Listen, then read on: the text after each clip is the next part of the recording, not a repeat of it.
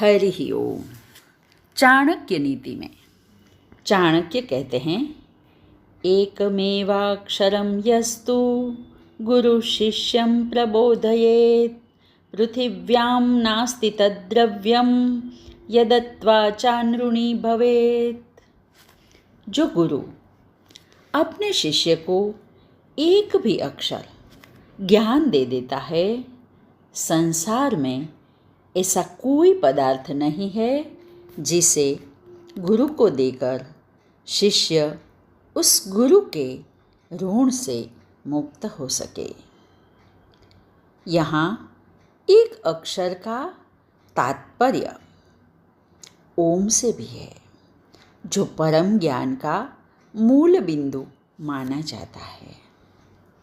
फिर आगे कहा, सुसमिद्धमौषधं धर्मं गृहच्छिद्रं च मैथुनं कुभुक्तं कुश्रुतं चैव मतिमान्न प्रकाशयेत्।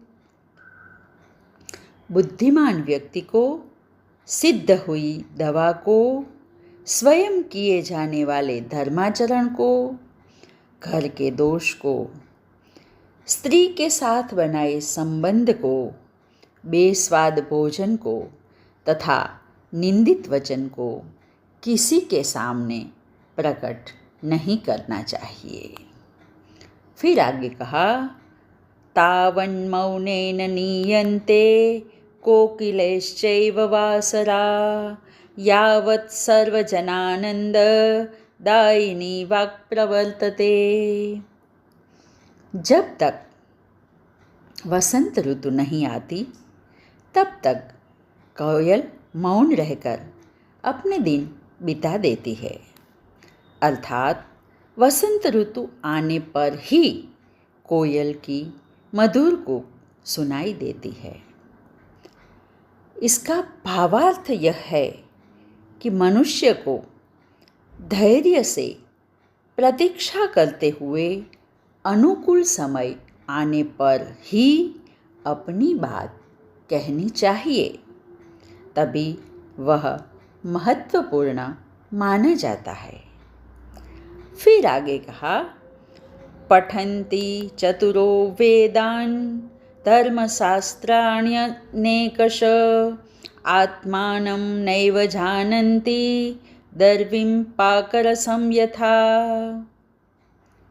जो लोग वेद शास्त्रों का अध्ययन करने के बाद आत्मज्ञान से रहित होते हैं, वे उस कलछी जैसे होते हैं जो स्वादिष्ट व्यंजनों में रहती हैं, परंतु उसे स्वाद का ज्ञान नहीं होता। चाणक्य के अनुसार अर्जित ज्ञान को जीवन में उतारना आवश्यक है। यदि मनुष्य ऐसा नहीं करता तो उसका जीवन व्यर्थ होता है। फिर आगे कहा, अन्यायोपार्जितं द्रव्यं 10 वर्षाणि तिष्ठति प्राप्ते चैकादशे वर्षे समूलं तद्विनश्यति। गलत तरह से कमाया हुआ धन मात्र 10 वर्ष आदमी के पास ठहरता है और 11वां वर्ष प्रारंभ होते ही वह धन समूल नष्ट हो जाता है। यहाँ इस श्लोक में चाणक्य ने अनुचित विधि से कमाए गए धन की परिणति को स्पष्ट किया है। आज बस इतना ही। हरि ओम।